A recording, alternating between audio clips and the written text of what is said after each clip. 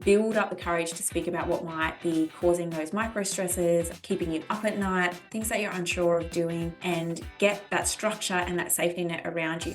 I like to show that to the students on the first day of school and say, sometimes you might try a task and you're going to have students that are going to pick it up quicker than others. You might be on the third stair or you might be at the bottom stair, and that's okay. But giving them access to people that they wouldn't normally have access to. And it's all about just like lighting a spark, like maybe something that person's passionate about, they'll be passionate about one day too. And even if it's not a shared passion, just showing kids that when we find our passions, our life is so much more fulfilling. I store my personal photos in there, loose papers, like all sorts of things, receipts. We've got stickers in there. I jam things that I'm working on, post-it notes everywhere. It becomes personalised to who you are and what you are like as a person. As a new teacher, you will feel overwhelmed. It is almost a guarantee. And you will want to spend as much time as you can in your classroom, preparing your lessons. And all of that is good. But make sure you also give yourself time and space to do what you'd like to do. Going as a first year teacher, you're going straight into your classroom and you're taught that in uni, you need to write this plan and you stick to the plan. And then you just completely scribble all over it when you're done. And to be honest, there's been some times, even in my first year, where I literally went off to my next door teacher. I'm like, what are you doing this afternoon? Because I don't really know what I'm going to teach this afternoon. I don't know. Rainbow Sky Creations acknowledge the traditional owners of the land that we record this podcast on, the Darrell and Woodjuk Noongar people. We pay our respects to their elders past and present and extend that respect to all Aboriginal and Torres Strait Islander cultures. Well, hello. Welcome back to Rainbow Skies for Teachers, our very first episode of 2026. Gosh, I feel old when I hear 2026. The years just fly by. Now, this is a little bit of a different episode that we're giving you today. I'm really excited about it, though. It's an episode specifically for new teachers, but we're not leaving out all the other teachers. If you've been teaching for a couple of years or you've been teaching for a long time, you may just want to stick around and listen to some of these little snapshots that we're going to share. You're going to hear from some different teachers, and we've asked them different questions that might be relevant to teachers and how to live your best life as a teacher. So we're talking about things that teachers wish they knew when they were a new teacher. We're talking about well-being as a teacher. We're going to talk about building classroom community. We're going to talk about reaching out to the wider community and more. Before we get into our interviews with our guests and them answering some really fantastic questions to help you this year, we have got something that can help you as well. New teachers, there is a freebie in the show notes. It's going to help you get started and kick off the year right as a new teacher. So if you're an Aussie teacher and you're listening to this, make sure you download that freebie. Now, if you're a teacher from somewhere else in the world and you've already started the school year, we have another freebie called Surviving Your First Years, and I will link that in the show notes too. So there's 2 freebies in the show notes for any new teachers out there that just want that little bit of extra support. So this episode is little sound bites from different guests that we've spoken to over the years of the podcast. You'll hear my voice and you'll hear Alicia's voice and you'll hear our guest voices too. And I really love this idea of sharing the mic because not one person has the answers. And everyone has different perspectives, and you're going to hear that over the course of this episode. So new teacher, veteran teacher, or a teacher somewhere in the middle, I hope that you really enjoy today's episode. Without further ado, let's dive into the episode. Hello, I am here with Bridget, aka Miss Inclusivity on Instagram. You may just know of her. She has been teaching for 1.5 years now, and I wanted to sit down and just very quickly pick her brain about what she wished she knew as a new teacher coming out, because she has just walked in your shoes and now she's a pro. She's out in her classroom, she's working really hard, she's got her students exactly where she wants them to be. So tell me, Bridget, what's something that you wish you knew? Oh, I would say, take the pressure off yourself. Don't put too much pressure on yourself to think that you have to do a lesson. It has to go for this amount of time. If you need to stop a lesson because you need to address behaviors, if you need to stop a lesson and go back a complete lesson, absolutely do that. If you feel like you need to completely change the way that the plan is written out, you can do that. Because I feel like, going as a first year teacher, you're going straight into your classroom and you're taught that in uni, you need to write this plan and you stick to the plan. and then you just completely scribble all over it when you're done. And to be honest, there's been some times, even in my first year, where I literally knocked on my next door teacher. I'm like, what are you doing this afternoon? Because I don't really know what I'm going to teach this afternoon. I don't know. And sometimes it comes to a point where those, especially at the end of the term, where the kids are tired, you're tired, and you think doing a lesson or even an assessment piece, say in week 8 of term 2, on a Wednesday afternoon is just not going to cut it. Just do what you need to do for the kids and for yourself. I would say take the pressure off yourself and don't be too hard on yourself, especially for that to-do list as well, because it's never ending. The amount of times that I've had my to-do list on the side of my planner, I've ticked off what I've done, and then I've just folded over to the next week and I've just copied some of the list over again, because you just can't get it done sometimes. But yeah, take the pressure off yourself and don't be too hard on yourself, and make time for you, especially for you outside of teaching. Yeah, totally. I love that you said that you knocked on the teacher next door's room and said, what are you teaching? Because I know I've done that a million times, and I've had teachers do it to me too. Like, what are you doing right now? Or do you have a quick resource for maths? Like, I just haven't got myself organized today. And teaching really is a team sport, and no one's going to judge you for that. We have all been there. We have good days and bad days as a teacher. So 100% go and knock on that teacher next door and ask for help. Yes, always. It's always, your colleagues are your best friends at school. Absolutely. And it makes a world of difference if you have amazing colleagues. For sure. Thank you so much for joining us, Bridget. No worries. Anytime. Hello, I have the amazing Dr. Jessica Werner here, who is a wealth of knowledge when it comes to education. And she's got a little bit of advice for our beautiful teachers. Hit us with your best piece of advice for new teachers, Jessica. Okay, first of all, thank you. Thank you for being here, for teaching our kids. But as a new teacher, you will feel overwhelmed. It is almost a guarantee. And you will want to spend as much time as you can in your classroom, preparing your lessons. And all of that is good. But make sure you also give yourself time and space to do what you'd like to do. Even better if it has nothing to do with teaching. So go for a run or knit or just do something social. See friends, get out of your norm. It's good for your own well-being, and it's good for your brain as well. It opens up your brain to more creativity, to more problem solving, all those things that are ultimately going to make you a better teacher and help your students. And you're going to feel better at the same time. I love that. I needed someone to tell me that when I started my career of think about anything not related to education. And I love it. They feel guilty. They feel guilty all the time. Like, oh, I'm going to read this stack of teaching books. I'm like, do you have any fiction? Speaking of fiction, the study from the University of Cambridge pretty much said those who read fictional writing reduce their cortisol levels within 6 minutes. Wow. Like, it was something huge in terms of the percentage, like 68% of readers or something. But at the end of the day, read more fiction books, because that element of escapism, it just takes your brain away from that monotony of thoughts that can go through your mind. Yeah, I read a lot of foreign books and I watch a lot of foreign shows, and my family laughs at me. But for me, it's like, it's so far removed from my norm that it gives my brain that space. And I can see it being something that helps calm your cortisol levels. So we're telling you, lovely members, you have full permission to do that strange, obscure hobby that you want to do. Absolutely. Do it, and do it as often as you can. Thanks for joining us, Jessica. Hello, our lovely members. I'm sitting here with the Joe Edgar from Mrs. Edgar's class. And I've got a question for you all about teacher planners, because you are a creator of so many beautiful planners. Tell us, what is a must-have quality in a teacher planner that makes life easier for you? It just needs to be set up properly, have the right space, lots of space for before and after school period planning, as well as your to-do list. I feel like that's a necessity.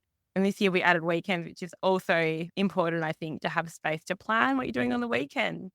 Just to have a bit of a break from making your planner all about work. Have a little bit of fun and plan for it too on the weekends. I love that. We were also talking a bit earlier about having your planner as like your teacher hub. Can you explain that a little bit? Yeah, like not just for planning, but I store my personal photos in there, loose papers, like all sorts of things, receipts. We've got stickers in there. I jam things that I'm working on, post-it notes everywhere. It becomes personalized to who you are and what you are like as a person. I'm very messy and unorganized, and that's embodied in my planner. So yeah, just making it suit your needs and using it for not just planning, but for all the things you need in your life as well. Yeah, as teachers, you're getting lots of things coming your way and you might be told something and you're in the staff room, you've got to quickly jot it down on a post-it note. That's perfect just to shove in your planner or any sorts of bits of papers that you get at PD. If you pop it there, then you know where it's going to be at the end of the day if you go looking for it. Yeah, 100%. Thank you so much, Jo, for joining us. Oh, thank you so much. It's been such a pleasure to talk to you as well. Hello, our wonderful teachers. I am here with a teacher, Ash, and he's going to talk to us about ways to build a positive classroom culture. What do you do in your classroom? I'm going to give you my number one tip, and that is showing the students that mistake making is okay. And I like to do this with a video. I want you to search on YouTube and go ducklings versus stairs. It shows these ducklings trying to climb some stairs. Some get up quicker than others. Some fall back down. Some don't make. Oh, actually, everyone makes it up by the end. One of my favorite things is the mother duckling actually stays at the top of the stairs to allow them to, seek their own journey and their own path to be able to climb up. And I like to show that to the students on the first day of school and say, sometimes you might try a task and you're going to have students that are going to pick it up quicker than others. You might be on the third stair or you might be at the bottom stair, and that's okay. The ducklings on the top aren't ridiculing or making fun of the students or the ducklings that are lower. And that's part of learning. Everyone's on a different level. Maybe you're going to jump up the stair and you're going to try this math problem. You're going to fall back down, and that's okay. When I'm doing, for example, a task and I relate it to the students and say, girls in the class, I've seen you do handstands before. Imagine me doing a handstand. I'm going to try jump up the stair and fall back down 100 times. But it doesn't mean I'm going to give up. I'm going to have resilience. And I build that classroom culture in, and it becomes a reference point over the year where I can say, today's task, we're going to be doing an individual writing piece. I'm going to show you a modeled piece. Then we're going to do one together. And I want you to just remember that not everybody's on the same level. You might write 2 paragraphs. We don't need to advertise it. Maybe you might use a lot of noun groups in your writing. Maybe you find it a bit tricky to formulate a sentence, but that's okay. We're all on a learning journey together. You may fall behind. You may try something and fall back down, but that's okay. And by building that mistake making is okay and a resilience is part of the learning journey, it assists you in many, many ways where you can refer to it throughout the year and have a smooth, calm, and supportive classroom. That is wonderful. If you are listening to this in the middle of the year, you could start that up afresh or you could do it on the very first day. Thank you so much for sharing that. No problem. I have got Kylie here, and one of her superpowers is bringing people in from the community into her classroom as a resource. Can you tell me why this is beneficial and how other teachers can do this easily? Yes. So, as far as bringing people in from the community being beneficial, I think this is super beneficial for children and for teachers. So, for me, the benefit for children is being exposed to people who are super passionate, living in their passion, and people who are experts in a field that they might be interested in. So, for me, that looks like anyone from New York Times bestselling authors to, local community members like meteorologists who are on the news, but giving them access to people that they wouldn't normally have access to. And it's all about just like lighting a spark, like maybe something that person's passionate about, they'll be passionate about one day too. And even if it's not a shared passion, just showing kids that when we find our passions, our life is so much more fulfilling. So I think for me, the kids, there's 1,000 benefits. It's just about giving them access to experiences they wouldn't have before. But then the other big piece of the benefit for me is the benefit as a teacher. So it's just like been in knowing that I am not alone. And I could brag for a long time about like all of the cool people who have come in my classroom, but it's not about, ooh, look who I got. It's about, look at what all of these people gave to my students, but also gave life to me. They took work off of my plate in a way that allowed me to feel truly like weightless in this education space and have more joy and be more carefree in my classroom, which turned around and let me be a more impactful educator in every other aspect of my day. So all of these people in building a village are there to support you. They're there to support your kids. And there are so many people out there that want to help you and your babies. And when you start building a village, I just think the benefits could go on forever. We have got a whole episode on our podcast about this exact topic, but I know that you reach out and ask for help via email or online social media. Who are some of the sort of people that you reach out to invite into your classroom? Yeah, so I look for people who are close, but also from far away. So, like, sometimes it's my kids' favorite stories. My kids really like the Narwhal and Jelly books. I reached out to that author and he said yes. And so Wow. he showed us like the inside of his sketchbooks of books that are now published but weren't at the time. Or also, then it's just something simple. A little kid wants to learn about like birds or about the ocean, or really I just start with the kids and what they're interested in. And that kind of inspires me on who to reach out to. But it can be someone as simple as just there to read a story to us, or as, big time, like a college gymnast who's there to like show us how to do a backflip and then watch all my kids try to do their best cartwheel. But really, I'll reach out to anyone and everyone that I think would help my little ones. Well, thank you so much, Kylie. Everyone, this is your call to action to go and start building your own village to really encompass that passion for learning and to help you and your students. Thank you so much for joining us. Thank you. Hi, Ashley here. I am joined by a really special guest, Amy, who is an expert in the area of teacher wellbeing. Amy, I want to ask you if there is something that new teachers can do to support and help their own wellbeing, what is it? I would say, first of all, self-compassion. We can put so much pressure on ourselves as new educators to want to get it all right, to want to be perfect, to want to be like the teacher next door who perhaps has been teaching for 5, 6, 7 years. And so we put ourselves in a place of comparison. Now, when we're in a space of comparison, we can't practice compassion. And compassion is the thing that we need first to be able to really ask ourselves, what support do I need? How might I need to take a step back? What might I need to do differently? So first of all, just be okay with where you are. You're doing the best you can. I mean, I don't know you, but I know you're doing the best you can, because as new educators, we want to serve and help our students. And then I would actually really encourage you to pinpoint the pieces that might be impacting your well-being personally or professionally. So on a personal level, be really, really mindful of things like sleep, movement, sunlight, all of these things that we know matter, but are the first to go when we get busy. Prioritize those elements because the ripple effects they have in your ability to work are absolutely imperative to functioning well. And then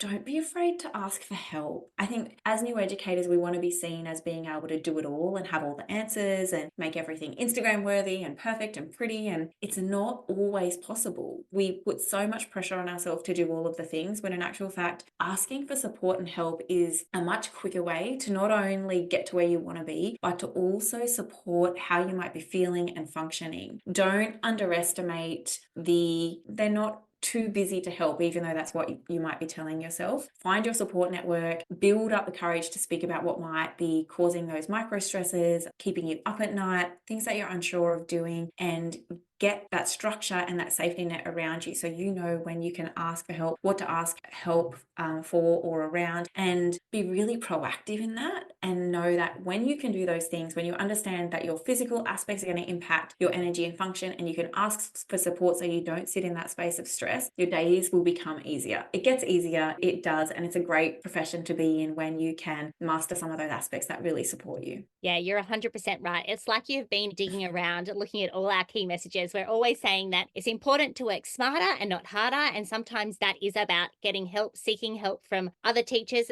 Alicia and I are always here to help you too. So thank you so much for sharing those little wellbeing tips and takeaways with us. We know it's so important, especially as new teachers, to take that on and take control of your own well-being, because we know that you have a really big and bright and beautiful career ahead of you. Yeah, and it's a great profession. I absolutely love teaching, and there is a part of me every day that misses being in the classroom. Yeah, same. It is the best. Thanks so much, Amy.